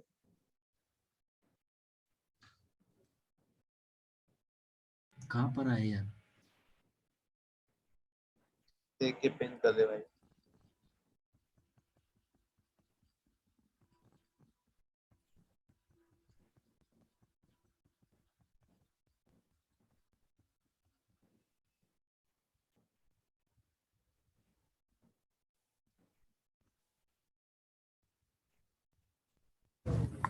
हाँ बेटा, मेरी आवाज आ रही है? Yes sir. Yes sir. बीच में कुछ नेटवर्क इशू हो गया था शायद। हाँ जी, ये सबको क्लियर है? Yes school sir. में, कॉम्पिटिटिव एग्जाम में कहीं पर भी अगर दो चार्ज पार्टिकल किसी मीडियम में पड़े हैं और उनमें आपको कैलकुलेट करना है कि एक चार्ज पार्टिकल पे नेट फोर्स कितना लग रहा है, जो डाटा दे रखा होगा वो कभी भी मीडियम की एब्सोल्यूट परमिटिविटी वो देते ही नहीं है, वो देते हैं हमेशा रिलेटिव परमिटिविटी एप्सिलॉन आर की वैल्यू। तो ये ध्यान रखना है। यानी कि मैं ये कह सकता हूं कि force in medium is 1 by epsilon r times force in air. Yes sir, yes sir, सही है। यानी कि अगर मैं दो चार्ज पार्टिकल को एयर में रखता हूं या उसकी बजाय किसी और मीडियम में ले जाऊं, तो वहां पे किसी भी चार्ज पार्टिकल पे जो नेट फोर्स है वो पहले से कम हो जाता है। कितने टाइम्स कम हो जाता है? एप्सिलॉन आर टाइम्स हो जाता है। एप्सिलॉन आर टाइम्स कम हो जाता है। क्या ये बात क्लियर? अब यस सर। ये तो ऑब्जर्वेशन है कि मीडियम के अंदर चार्ज के ऊपर जो नेट फोर्स लग रहा है वो पहले से रिड्यूस हो गया। लेकिन क्यों हो गया रिड्यूस? इसका रीजन चाहिए हमें। रिड्यूस तो हो गया, लेकिन क्यों हो गया उसका रीजन भी हमारे पास है, जो उसको समझते हैं। पहले तो ये नोट करना है आपको। क्या? यस सर, नोट करना है। जल्दी से करो। डाइलेक्ट्रिक कांस्टेंट किसे कहते हैं? नोट्स तो मिल जाएंगे ना? इसी को कहते हैं, नोट्स तो मिल जाएंगे बेटा, बिल्कुल। सर मतलब कौन से वाले पार्ट में क्या होता है? हाँ, एक चीज यहाँ पे और सुन लो। ये जो एप्सिलॉन आर है, जो हमने लिखा है एप्सिलॉन आर, इसको हम एक नया नाम और देते हैं स्मॉल के। स्मॉल के, स्मॉल के और एप्सिलॉन आर सेम चीज है, बस दो अलग अलग नाम दे रखे हैं। कई जगह लिख देते हैं रिलेटिव परमिटिविटी और कई जगह लिख देते हैं डाई इलेक्ट्रिक कांस्टेंट। मीडियम क्या डाइलेक्ट्रिक कांस्टेंट कहो या मीडियम की रिलेटिव परमिटिविटी कहो, एक ही बात है। दो अलग नाम, दो अलग सिंबल, मतलब एक ही है। सर मेरे को एक डाउट है सर। बोल बेटा।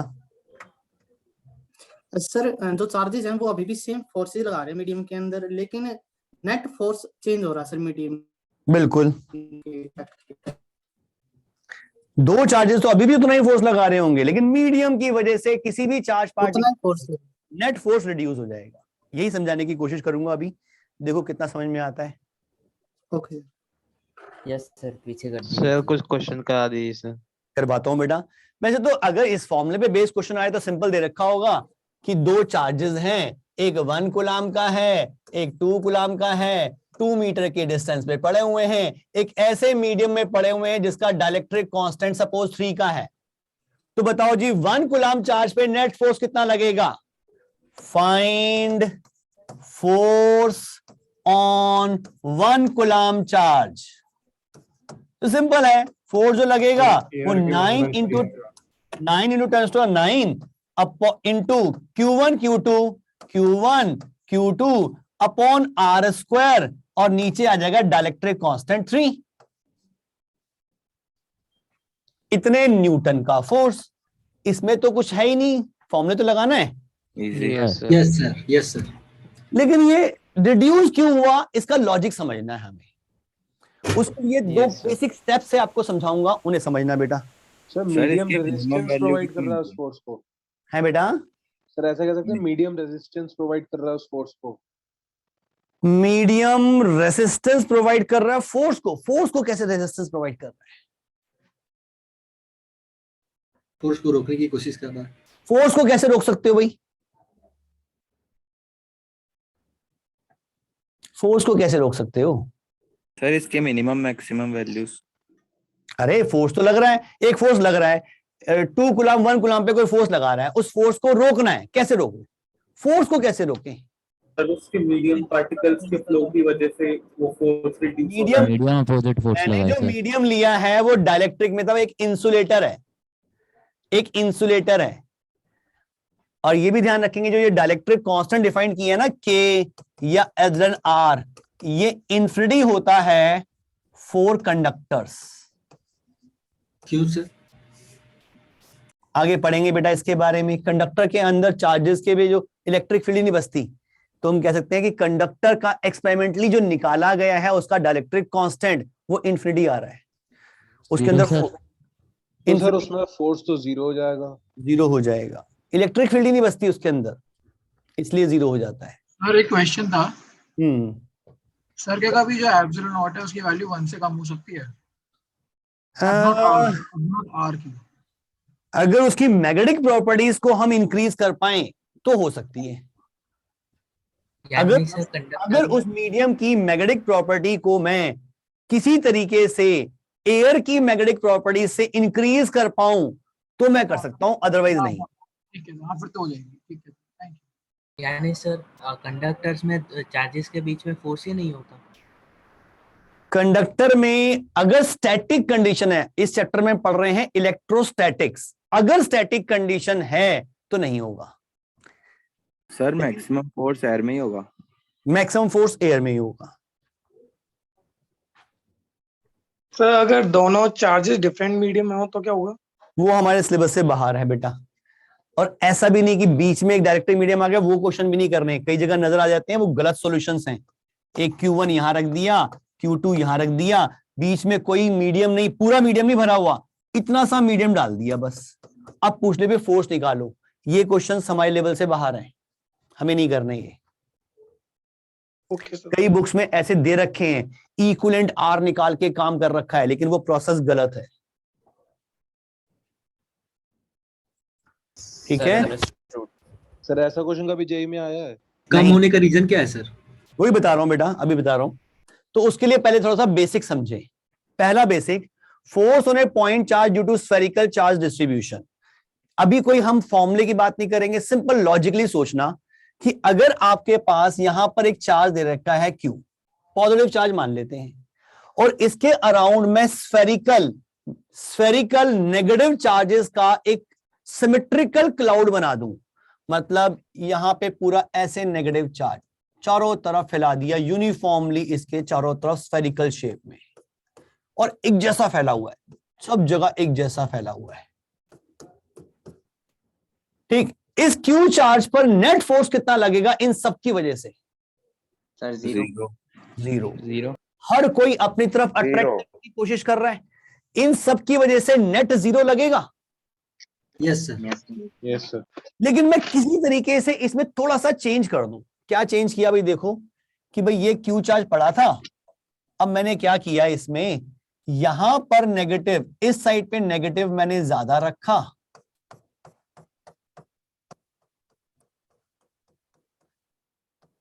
इस साइड नेगेटिव मैंने कम कर दिया। अब नेट फोर्स किधर लगना चाहिए? लेफ्ट डायरेक्शन में, लेफ्ट की तरफ। लेफ्ट, इधर चार्ज राइट में। अरे ये पॉजिटिव है, ये नेगेटिव है, अट्रैक्शन होगा ना। हाँ। तो इनका अट्रैक्शन स्ट्रॉन्ग होगा, इनका अट्रैक्शन वीक होगा, तो नेट तो राइट में लगेगा। Yes sir. ये दोनों सिचुएशन लॉजिकली समझ में आ रही हैं। Yes sir. अब थोड़ा सा आइडिया दे रहा हूं, उसी इंसुलेटर का जो बात करते हैं कि चार्जेस कैसे अलग होते हैं, थोड़ा सा आइडिया उसका भी समझ लो। एक टर्म आपने केमिस्ट्री में कभी पढ़ी होगी, पोलराइजेशन ऑफ मॉलिक्यूल, कभी पढ़ा है? Yes sir. Dipole. Yes sir, पढ़ा है सर। बिल्कुल डाइपोल। देख बेटा, अगर मैं एक आइसोलेटेड एटम की बात करूं, आइसोलेटेड एटम मतलब एक ही एटम है, बाकी कुछ नहीं है आसपास, एक एटम की बात करूं तो उसके सेंटर पे होता है पॉजिटिव चार्ज। Yes sir. उसके अराउंड इलेक्ट्रॉन्स घूम रहे होते हैं, उस नेगेटिव चार्ज का सेंटर भी अप्रोक्सीमेटली यही होता है, सेंटर पे ही। यानी कि अगर मैं दिखाऊं तो पॉजिटिव यहां और नेगेटिव भी यहीं पे, नेगेटिव का सेंटर भी यहीं पर। लेकिन अगर मैं कुछ ऐसा करूं कि इस एटम के इधर कुछ पॉजिटिव चार्जेस इकट्ठे कर दूं, पॉजिटिव चार्ज बॉडी रख दी, यहां पर कुछ नेगेटिव चार्ज बॉडी रख दी, और बीच में रख दिया एटम, तो उस एटम के पॉजिटिव चार्ज इससे रिपेल होंगे और नेगेटिव से अट्रैक्ट होंगे। यानी कि पॉजिटिव चार्ज तो राइट में शिफ्ट करने की कोशिश करेगा, इंडक्शन। हाँ, और नेगेटिव चार्ज जो है वो लेफ्ट में शिफ्ट करने की कोशिश करेगा। जब बीच में हम एक एटम रख देते हैं तो एटम में पॉजिटिव चार्ज और नेगेटिव चार्ज के सेंटर्स सेपरेट हो जाते हैं। मींस वो मॉलिक्यूल जो है वो कुछ ऐसे हम कह सकते हैं, अगर चार्जेस के सेंटर डिफाइन करें तो वो अलग अलग पॉइंट पे आ जाते हैं। हम कहते हैं कि वो मॉलिक्यूल पोलराइज हो गया, उसके ऊपर उसका एक डायपोल बन गया, एक पॉजिटिव पोल और एक नेगेटिव पोल सेपरेट हो गए। इस प्रोसेस को हम कहते हैं पोलराइजेशन। क्या ये समझ में आ रहा है? Yes sir. यस यस दोनों सर। सेम रहते तो सर चार्ज लाने पड़ेंगे या फिर एक दोनों चार्ज? नेगेटिव रहते तो है बेटा?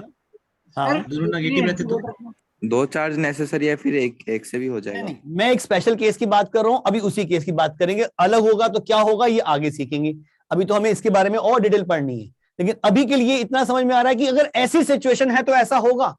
Yes sir. Yes sir. अगर मैं यहाँ पे पॉजिटिव चार्ज बढ़ा दूं और यहाँ नेगेटिव चार्ज बढ़ा दूं तो ये सेपरेशन और बढ़ जाएगा।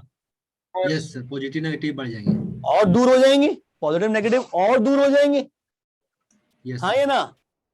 Yes sir.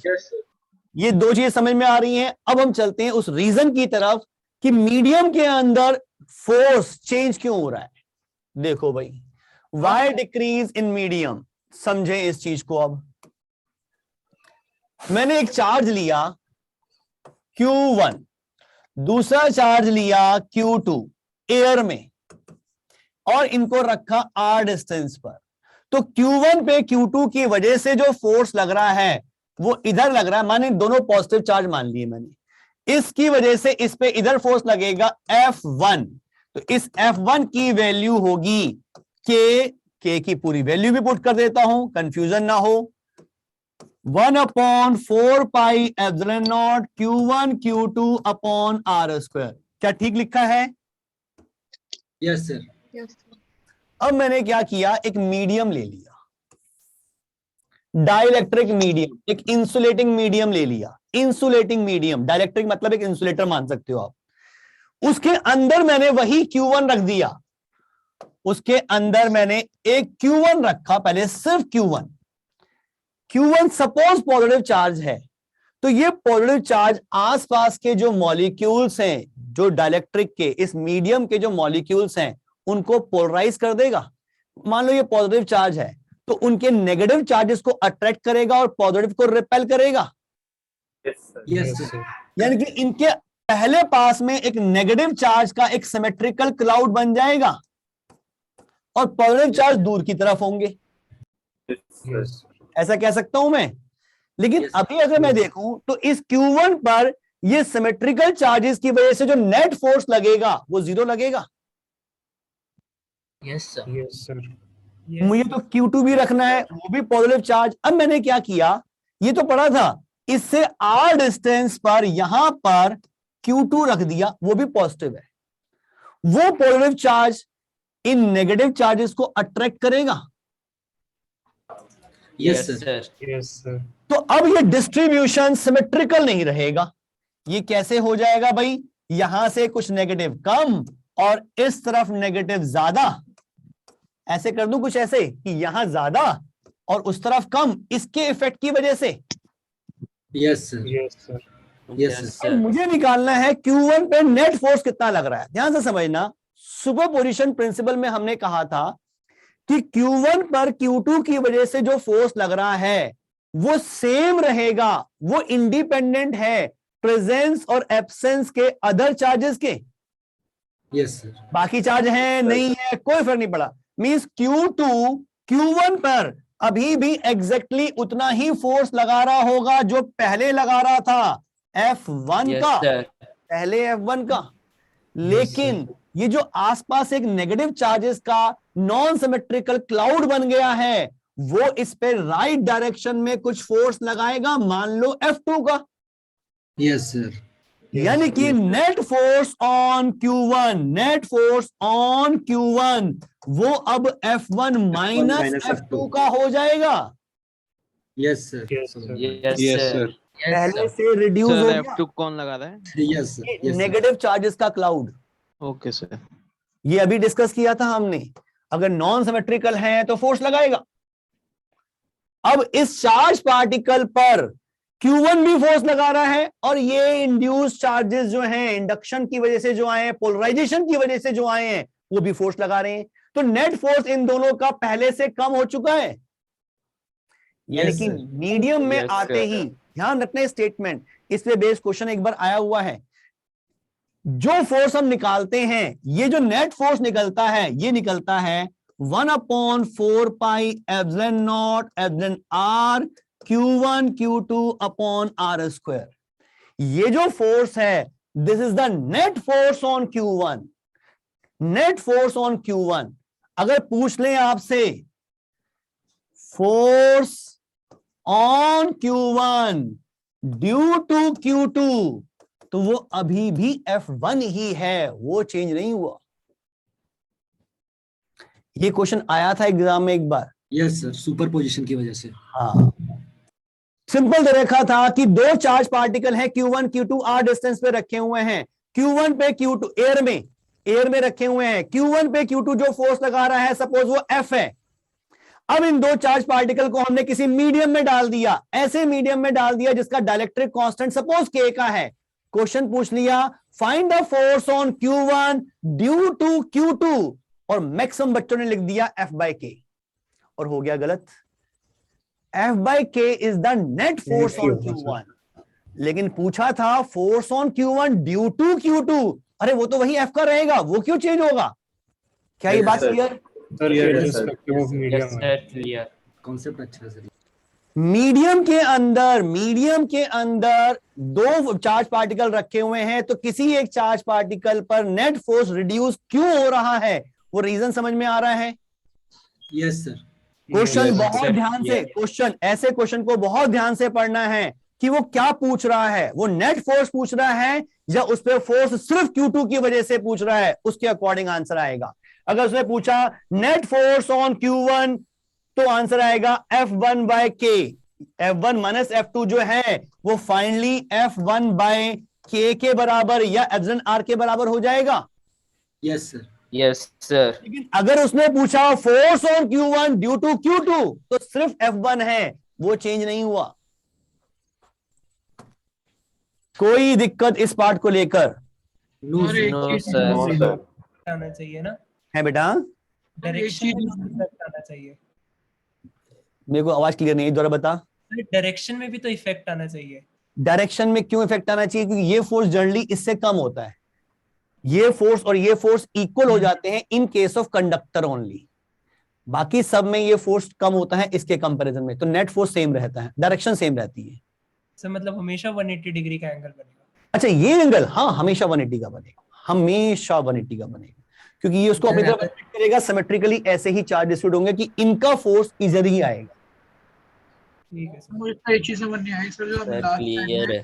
पोलराइजेबिलिटी समझाई थी, वो चीज समझ नहीं आई। ये वाली सर पोलराइजेबिलिटी इससे पहले जो बताया था बेटा, यस सर, ये वाला पार्ट, यस सर, ये सिंपल मैंने बताया बेटा कि किसी भी एटम को देखूं तो पॉजिटिव चार्ज और नेगेटिव चार्ज का सेंटर एक ही पॉइंट पे होता है, अगर वो एक आइसोलेटेड एटम है तो, मींस आसपास कुछ नहीं है।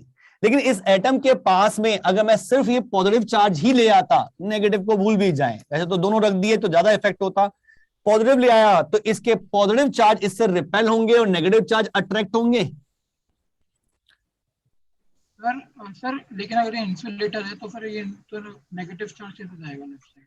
अरे एटम में तो न्यूक्लियस भी है, इलेक्ट्रॉन भी है, अट्रैक्ट होंगे। वो इलेक्ट्रॉन न्यूक्लियस को छोड़ के जा नहीं सकते, लेकिन शिफ्ट तो हो सकते हैं, पार्शियल पोलराइजेशन तो हो सकता है।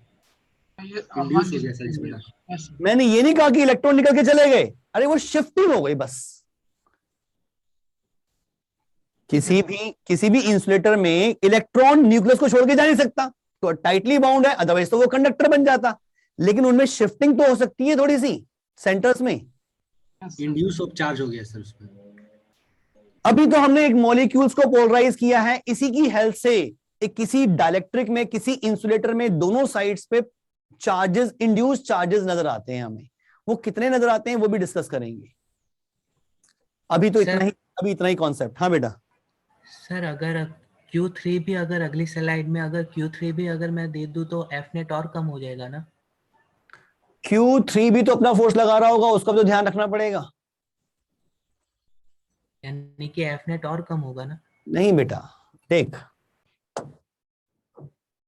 मान लो एयर में मैं बात करता हूं, यहां पर है Q1, यहां है Q2, यहां है Q3। Q2 Q1 पे फोर्स लगा रहा है इधर F1, Q3 Q1 पे फोर्स लगा रहा है इधर F2। इन दोनों का रिजल्टेंट इस तरफ आ गया F। पहला सिचुएशन एयर में। अब मैं ले गया एक मीडियम में। मीडियम में जैसे ही लेके गया तो मैंने कॉन्सेप्ट तो सीख लिया भाई क्या हो रहा है। यहां रखा Q1, यहां रखा Q2, वैसे ही जैसे रखे हुए थे, यहां रखा Q3। Q2 Q1 पे फोर्स इधर लगाएगा, लेकिन अब लगाएगा F1/K। Q3 Q1 पे फोर्स लगाएगा इस तरफ, कितना, F2/K। अब इनका रिजल्टेंट इस तरफ आएगा जो इससे कम हो चुका होगा। अब पूछ कौन सा, क्या चीज पूछ रहे हो इसमें? यानी कि मैं ऐसा पूछ रहा था, अगर हम Q3 अगर निकाल ले, सिर्फ Q2 हो तो F1/K एक ही होगा। बिल्कुल। और अगर Q3 भी अगर मैं दे दूं तो F1/K से और कम हो जाएगा ना? क्यों, ये Q3 अपना फोर्स नहीं लगा रहा होगा क्या? उसको ध्यान नहीं रखोगे क्या? हाँ आप सिर्फ इंड्यूस चार्जेस का सोच रहे हो। अरे Q3 भी तो लगा रहा होगा, उसको क्यों नहीं कंसिडर कर रहे? Yes sir.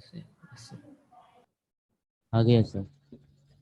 सर इसी में अगर क्वेश्चन आया था कि force on Q1 due to Q2, तो आंसर तो सिर्फ F1 ही होता, सिर्फ F1। ठीक है। Force on Q1 due to Q2 is F1, force on Q1 due to Q3 is F2। वो चेंज नहीं हो रहा, नेट फोर्स चेंज हो रहा है। Net force on Q1 due to Q2 वो F1/K आता। बिल्कुल ठीक है सर। क्या लॉजिक सबको क्लियर है ये? Yes sir, understood. है बेटा? सर पोलराइजेशन फिर एयर में तो होता होगा। पोलराइजेशन किस में होता होगा? एयर में जब हम एयर में करा एयर में, हाँ एयर में पोलराइजेशन बहुत कम होता है, उसको हम नेग्लेक्ट करते हैं बेटा। एयर का पोलराइजेशन बहुत कम है, तभी यही रीजन है कि एयर की जो परमिटिविटी है वो वैक्यूम से थोड़ी सी ज्यादा है, लेकिन हम अप्रोक्सीमेटली सेम लेते हैं, एप्सिलॉन नॉट। एक्चुअल में थोड़ा फर्क है अगर रियलिटी में देखें, लेकिन हम आइडियल सिचुएशन जो थ्योरेटिकल लेके चलते हैं, एयर और वैक्यूम का सेम केस मानते हैं, लेकिन एक्चुअल में सेम केस नहीं है, थोड़ा फर्क है। सर अगर इसमें force due to Q2 and Q3 दोनों पूछता तो? अगर क्या पूछता? Force on net force due to Q2 and Q3, तो वो तो यही आया था जो पहले निकाला था। आप मीडियम की बात ही नहीं कर रहे, आप इंड्यूस चार्जेस की बात ही नहीं कर रहे। वो पूछे नेट फोर्स ऑन Q1, तो ये करना है net force on Q1 due to Q2 and Q3 only, तो यही करना है। मीडियम से कोई मतलब ही नहीं मुझे। ये फोर्स जो रिड्यूस हुआ है, ये तो मीडियम में जो चार्जेस आ गए हैं एक्स्ट्रा, जो पोलराइजेशन हो गई है उसकी वजह से रिड्यूस हुआ ना। लेकिन क्वेश्चन में तो वो पूछ नहीं रहा, वो पूछ रहा है Q2 Q3 मिलकर कितना फोर्स लगा रहे हैं। बट ठीक है, वो तो वही लगाएंगे जो पहले लगा रहे थे। ठीक है सर वैक्यूम में, यस सर। सर वैक्यूम में कम होता है परमिटिविटी। वैक्यूम की एब्सोल्यूट परमिटिविटी जो है वो एप्सिलॉन नॉट ही है। जो एप्सिलॉन नॉट हमने डिफाइन की है वो वैक्यूम की ही है, और एयर की भी हम अप्रोक्सीमेटली वही लेते हैं। लेकिन सर थोड़ी सी ज्यादा होती है तो वो क्यों होती है? वहां पे तो पोलराइजेशन हो रहा है ना एयर में। तो एयर में तो हो रहा है, इसलिए उसके अंदर फोर्स कम हो जाता है, हो जाना चाहिए। Yes sir. फोर्स कम कैसे होगा? जब परमिटिविटी बढ़ेगी। लेकिन वो इंक्रीमेंट इतना छोटा सा है कि हम उसको नेग्लेक्ट कर सकते हैं। हाँ बेटा, चलो यहां तक क्लियर है। Why F decreases in medium? Yes sir. चलो नेक्स्ट क्लास में हम कुछ वेक्टर फॉर्म वगैरह पढ़ेंगे और उनके क्वेश्चंस करेंगे बेटा। अब कुलम्स लॉ की वेक्टर फॉर्म पढ़नी है और कुछ बढ़िया क्वेश्चंस भी करेंगे। आप DPP 2 अब कंप्लीट कर सकते हो। सर DPP 2 का अभी भी एक क्वेश्चन है मेरे पास। बोल बेटा, बोल जल्दी बोल। सर उसमें था two spherical balls B and C, जैसे एक minute, two spherical conductors B and C having equal radii and carrying equal charges in them repel each other with a force of F and kept a distance apart. A third spherical conductor having same radius as that of B but uncharged is brought with contact with B then brought in contact with C and finally removed away from both. Then the new force between B and C. ठीक है, अभी simple लेके चलोगे, बिल्कुल identical है, तो जब भी कांटेक्ट में लेके आएंगे चार्जेस इक्वली डिस्ट्रीब्यूट होंगे। ठीक, पहले बी पर और सी पे देखें, चार्ज मान लो क्यू क्यू का था और डिस्टेंस आर का था, तो जो फोर्स लग रहा था वो के Q square by r square का होगा। Yes sir. अब मैं तीसरी बॉडी लेके आया, ए बॉडी, पहले बी के कांटेक्ट में लाई, तो ए और बी में चार्ज इक्वली, वो तो जीरो था, जीरो और क्यू, तो इन दोनों में क्यू बाय टू हो जाएगा और सी पे क्यू रहेगा।